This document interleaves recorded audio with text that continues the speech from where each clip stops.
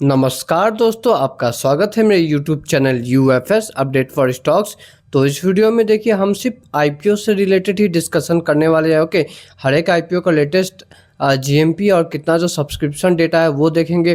कौन से IPO में लगाने से आपको मतलब अलॉटमेंट के चांसेस कब होंगे वो भी देख लेंगे। ओके, अलॉटमेंट के चांसेस ज़्यादा कहाँ पे है वो देख लेंगे। ओके, तो स्टार्ट करते हैं वीडियो बिना किसी देरी के। तो वीडियो अच्छा लगे तो लाइक एंड सब्सक्राइब करके बेल आइकन दबाना मत भूलिएगा। तो देखिए इस वीडियो में सबसे पहले तो IPO से तो डिस्कशन होगा, उसके बाद मैं आपके साथ मेन बोर्ड और SME दोनों IPO से डिस्कशन करूंगा। ओके ठीक है, मेन बोर्ड का भी 3 IPO खुला है अभी और SME का भी 3 IPO खुला है, तो हम दोनों से डिस्कशन करेंगे। ओके, तो सबसे पहले मेन बोर्ड IPO से स्टार्ट करते हैं। तो सबसे पहले जो ज़्यादा चर्चित जो अभी IPO है वो द अर्बन कंपनी का है, नो डाउट। ओके, तो यहाँ पे देखिए GMP कितना चला, तो GMP करीब करीब यहाँ पे 40% के आसपास 42% चल रहा है। ओके, मतलब एक लॉट के अगर आपका लग गया तो करीब करीब 6,000 के करीब प्रॉफिट होगा।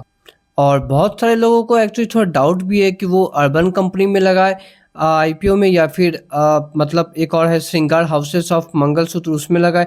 तो मैं वो भी आपका कन्फ्यूज़न दूर कर दूंगा। ओके, अगर आपके पास एक ही मतलब IPO में लगाने के लिए एक ही IPO में एक ही लॉट का पैसा है तो किस में लगाना चाहिए, मैं वो कन्फ्यूज़न भी दूर कर दूंगा। ओके, अब यहाँ पे आप देख सकते हैं श्रृंगार हाउस ऑफ मंगलसूत्र, तो यहाँ पे GMP कितना 19%। ओके, और जैसे मैंने आपको दिखाया था कि द अर्बन कंपनी में कितना था वो GMP 42%। तो नो डाउट अर्बन कंपनी में GMP तो देखिए बहुत ज़्यादा है, यहाँ पे आपको लग जाए तो प्रॉफिट के चांसेस बहुत ज़्यादा होगा। ओके, कंपेरिजन टू श्रृंगार हाउस से।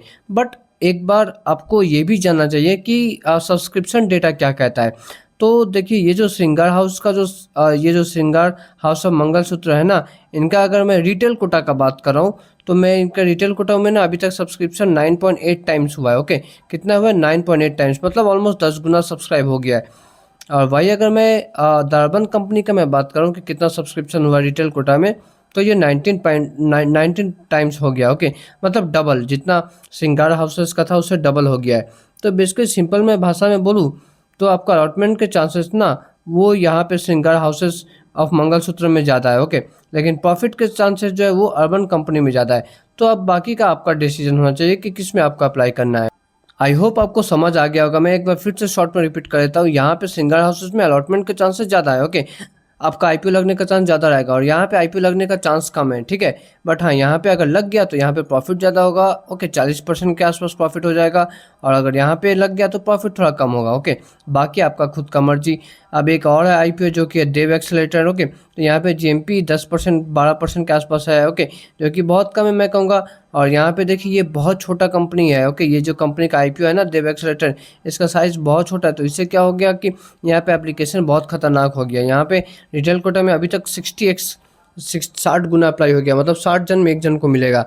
तो इसमें अलॉटमेंट का चांसेस बहुत कम है। ओके, चलिए, तो मैंने जैसे आपको बोला था कि मैं मेन बोर्ड डिस्कस करूंगा और साथ में SME भी डिस्कस करूंगा, तो अब SME का ही स्टार्ट करते हैं। ओके, तो SME में मैं अगर बोलूँ सबसे जो ज़्यादा चर्चित IPO है वो नो डाउट है एयरफ्लो और रेल टेक्नोलॉजी। ओके, ये कंपनी को वंदे भारत से रिलेटेड भी, वंदे भारत जो ट्रेन होते हैं ना उनसे रिलेटेड भी काम मिल चुका है। तो GMP आप तो देख के आई थिंक आपके भी आँख खुले के खुले रह जाएंगे।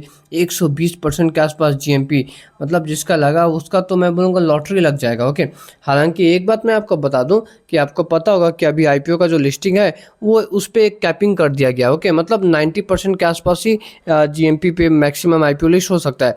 उसके बाद लिस्टिंग के बाद जो हो वो अलग बात, बट लिस्टिंग जो होगा वो हाईएस्ट 90%। ऐसा नहीं होगा कि लिस्टिंग ही 120% पे हो जाएगा, ऐसा होने का चांसेस नहीं है। ओके, तो यहाँ पे एयरफ्लो जो रेल टेक्नोलॉजी है, इसका मैं अगर सब्सक्रिप्शन का बात करूँ रिटेल कोटा में, तो ये पहला ही दिन रिटेल कोटा में, पहला नहीं सॉरी आज शायद इसका दूसरा दिन है। ओके, जस्ट मैं आपको बताता हूँ अभी। तो हाँ, आज एक्चुअली इसका पहला दिन है और पहला ही दिन रिटेलर्स ने भर भर के यहाँ पे अप्लाई किया। ओके, पहला ही दिन रिटेलर्स ने 34x 34 गुना मतलब अप्लाई हो गया रिटेल कोटा में। तो ये है इसका पहला दिन का डेटा। अब आते हैं जय अम्बे सुपरमार्केट्स में, तो यहाँ पे GMP देख सकते हैं आप। यहाँ पे GMP बेशक बहुत कम है। ओके, कंपेरिजन टू एयरफ्लो 12% के आसपास है। और यहाँ पे अगर रिटेल कोटा में आप पूछे कि कितना एप्लीकेशन हुआ है, तो रिटेल कोटा में जो यहाँ पे करीब 9 से 10 गुना अप्लाई हुआ है। ओके, करीब करीब 10 गुना ऑलमोस्ट अप्लाई हो गया है।